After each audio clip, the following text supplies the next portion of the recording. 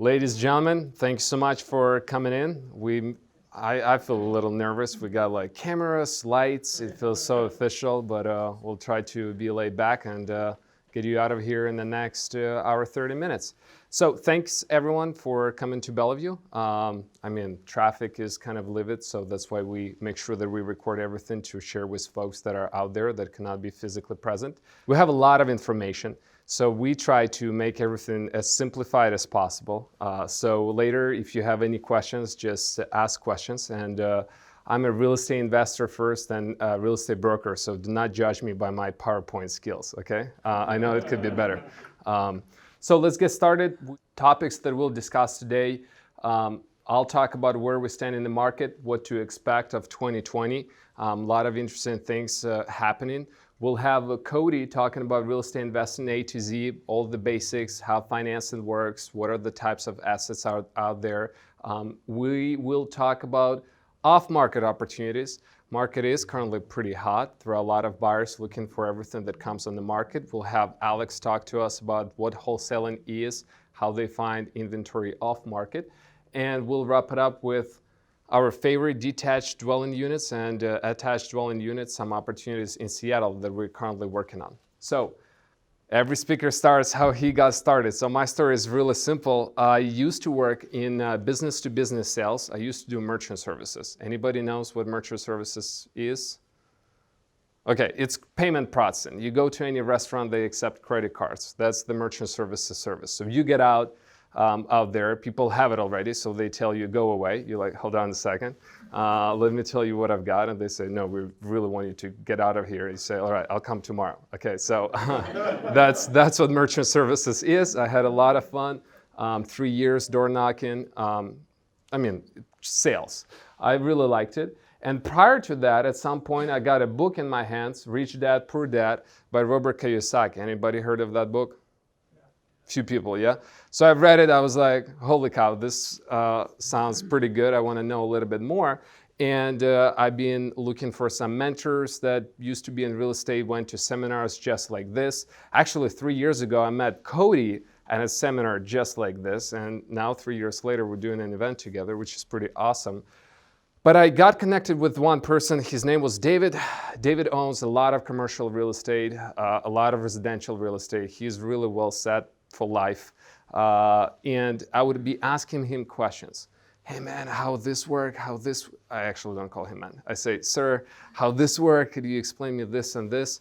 And he was at some point like, dude, you ask so many questions. How about you just get your license and start working as a broker? You're a hard worker, you have W-2 job, work nighttime, show houses on the weekend, and you learn, right? That's the way you will start it. So right before I was getting my license, get a call from HR from my company, and they call me and they say, Igor, we just realized your work authorization, at that time I was on the work visa, got expired. Could you come in and drop off a new one? So I say, hey, I don't have it. It takes like 3 months to get. So I get fired right the same day. They say, look, we love you, come back in 3 months when you have it. And I was about to get my license. I thought to myself, well, if I sell a house in the next 3 months, I'll just not gonna go back. And I did make 2 sales in that 3 months, and I just went all in, and that was 3 years ago. So that's about me. And as soon as I started working 3 years ago, I realized that real estate is not black and white. So usually people ask, what type of real estate you do? I say residential. Okay, so it's a house, you're selling houses. You say commercial, they might not necessarily know, but they know commercial and residential, right? 2 types. But in reality is, what I learned that real estate is very diverse industry. There are a lot of things. You talk to 100 people, they do 100 different things in real estate. Everybody has their own strategy, everybody has their own understanding, so it takes time to learn what works for you. In a commercial side, you can work in office space, there is industrial, multifamily, retail. I'll work on residential side, so obviously you have houses, condos, townhomes, manufactured homes, multifamily as well. Not everybody knows that 1 to 4 units is still residential real estate, right? So if there are home buyers out there, you can, with the same type of financing, either conventional or FHA, you can go and purchase 4 units. You can live in one, rent the other 3. It's very popular right now. I saw one of these properties, 15 offers on that property, but it's still residential real estate. I realized there are folks that work with land. There are opportunities out there. There are wholesalers. We'll talk a little bit more about wholesalers, what they do.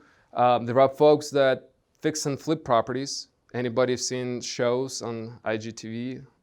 Yep. I saw one of them over the weekend. My family showed me one.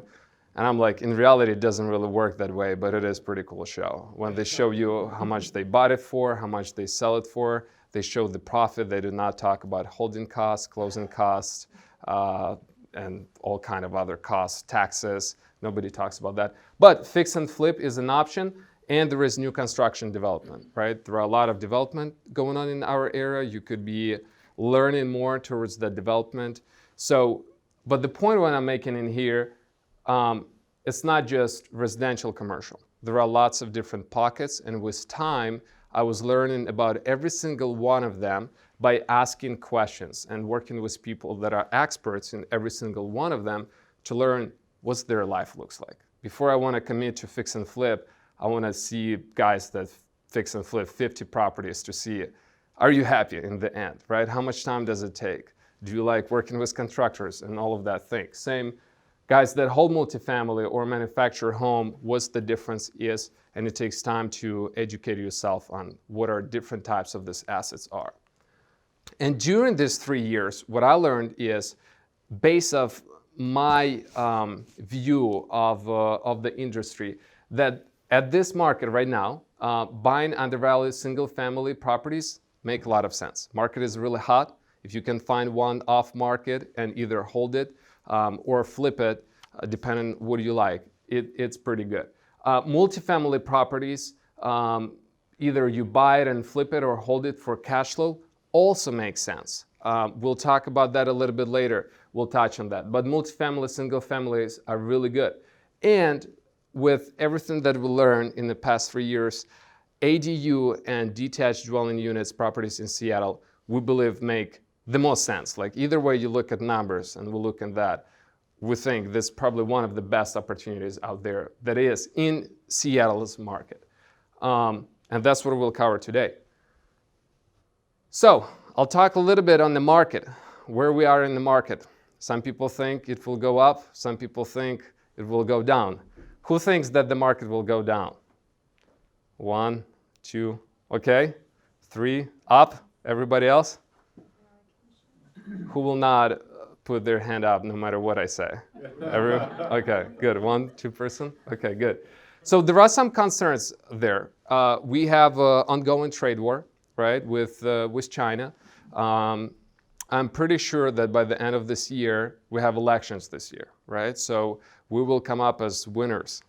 We'll be negotiating great deals and showing how we got China. Even I believe the Chinese play on the long run. They will win over 50 years, but our election cycle is 4 years, so it's still ongoing, right? But it is a concern to finish trade war. Coronavirus, huge concern. I don't know if you guys follow, but big companies, they say all manufacturing is pretty much in China, right? Like Apple and everyone else, they say, hey, we probably will see our profits slow down. Because I was listening on Economist this morning because, factories are shut down. People do not go in the street. So China is a big concern altogether, and coronavirus could affect our market too. We have some negotiations going on with the European Union, and Chinese portfolio investments in China are drying up as well. Elections, I think, will be just fine. But there are some concerns about the markets for them potentially to go down. A lot of chief economists do project recession in the next few years. But what interesting thing is that during the recession, prices did not necessarily go down. The reason for it, 2008, and Cody could say, everybody who was making $10 an hour could get $1 million loan, right? If anybody seen the movie Big Short? Yeah, pretty good movie, right? It explains that nothing was verified. right now, if you make $10 an hour, unfortunately, you can't get anything. But back in the day, you could probably buy $1 million house and still get 30 grand out of the closing in the end with the cash, saying thank you for your purchase. Next recession would not be real estate related. It might be anything else. We don't know, right? Economy, it could be Iran, it could be anything. But either way, I wouldn't rush to say that the market will absolutely plummet, even if we'll have one. But especially in our real estate market here locally, the reason the prices are going up at the rate they are, because it's directly correlated with the affordability that we have in our area. So if you look at all of these cities are in California. So if you will look at the median sales price in California and the percentage of people that can afford to buy a house there, we're in the better space, 46% for Seattle, Washington, right? 46 is absolutely horrible. It's not good, it's not affordable, but it is a little bit more affordable than it is in California. And I get that the sun is there and it's beautiful, and I love Santa Monica, it's my favorite place. But we do have a lot of migration from California because we're relatively cheaper to that area, right? And folks, even they make more money, but altogether they can afford more of their life from California coming in here. So affordability is the big question. For that reason, we see prices spike up. And another reason why the market is booming right now, because we have average low interest rates. 4%, right now they're a little bit lower, Cody, what, 3.5? 3.5. 3.5%. Can you believe it? It's low, guys. So in 2010, average is on 4, but you could look through 80s and 90s. Like, those rates are fantastic. So that's what boosting our economy to keep doing really well. And at the same time, I think before elections, we'll have another interest rate cut. So, right? Did Fed says no? Maybe? Kind of. Probably no more moves through the election.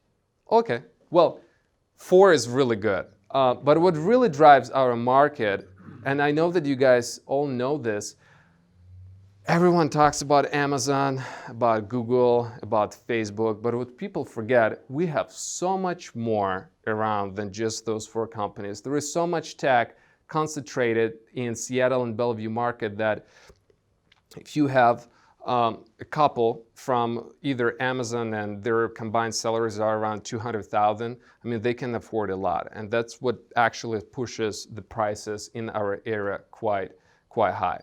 On that note, if we look at the top 3, we have Amazon at 13 million square feet of space. And this is just Seattle, they occupy a lot of place. We have Facebook at 815,000 square feet of space, and Google at 1.5, almost 1.6. Just in Seattle. Google just opened up a new office on Mercer Street, on Mercer Street by South Lake Union. The office is amazing. If you guys haven't been, you should check it out. Every time I go to Google office, I'm like, wow, you guys got a sauna too, like massage? Wow, this is really cool. This is the technology, a lot of employment, a lot of growth on the tech side. And it's coming to Bellevue. Everyone knew that Amazon is coming. We all kind of know, right? Oh, they're building the building, great. And as soon as they say, we'll actually bring 15,000 employees to Bellevue, to the other 2,000 that we planned there before, it just exploded, right? I've been to properties on the east side. I live in Bellevue. I went to some properties. Every single one of them, at the minimum 5 offers on every single house right now. I don't know if it will change till the end of the year, but as of last weekend, that was the case. We looked into, one of my clients sent me a multifamily property to look into, and I thought, well, this is kind of okay deal. 15 offers, 1.5. So either you believe in recession, that it will happen or not. The reality is today, like right this second, it's extremely hot. Saw a few properties in Sammamish, 700,000, 1,600 square feet that I personally liked, 3 days pending. Couldn't even make it to an open house. That's just a reality that is, especially with Amazon coming to Bellevue. Facebook, who knows where Sprint District is in Bellevue? Few people? Okay, good. So it's very close from here by Bellevue Lake. Facebook altogether just got 1 million square feet of space. I don't necessarily know how many employees that is, but it's a lot of buildings. I think they have 3 buildings, and they're coming there in 2021. I don't have a year in here, but I think they broke the ground on those buildings already. And then we have Google. Anybody been to downtown Kirkland? They put a brand new plaza, Kirkland Urban. Google purchased that plaza. And the interesting fact is that my guys that work in Google, they have an old building on exit 17th. They thought that they would move to a new one, but they said, no, we're actually keeping the old building and we're getting a new one for everyone else on top of their Seattle footprint. So that's Google, and we have also Apple. I don't want this last slides to be depressing, but I'm just kind of highlighting the latest one. So 2,000 people for Apple, and inventory is low. Inventory is low. We have right now currently 1 month of inventory. Anyone familiar with months of inventory metrics? No, a little bit. So if there will be no new inventory, no new house coming on the market, it will take 1 month for everything to sell off.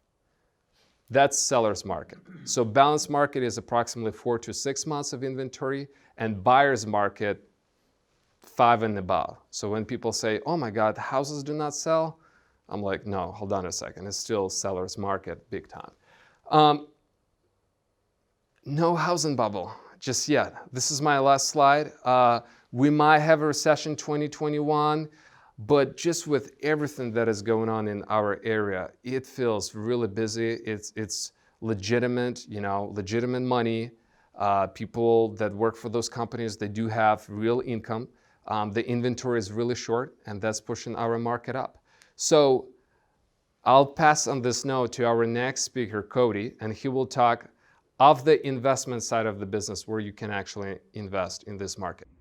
Hi there, thank you for watching. I hope you enjoyed it. Real estate market is a very dynamic market, and there are things that change all the time. If you want to learn more on the current market conditions, or just curious about the market, or want to have an educated real estate conversation, please feel free to reach out, and please subscribe to our channel for more upcoming real estate related content. Thanks so much.